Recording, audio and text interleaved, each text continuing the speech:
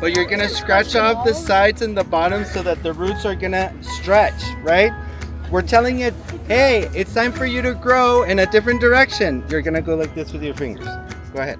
So we are celebrating Arbor Day along with the city's Park and Recreation Department. We're getting together as a community and we're planting trees, and we are just getting a partnership going so that we can get everybody excited about our parks, about our community, and about our children learning how important it is to give back.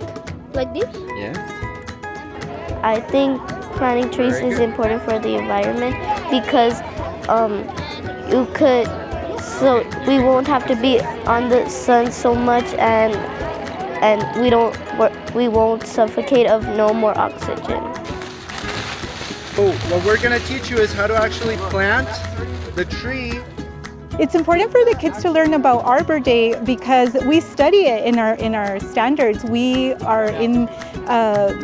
use our curriculum to teach kids the importance of the environment, and this is a part that is a totally hands-on experience that we're able to give our children, and what better way to do it than this event.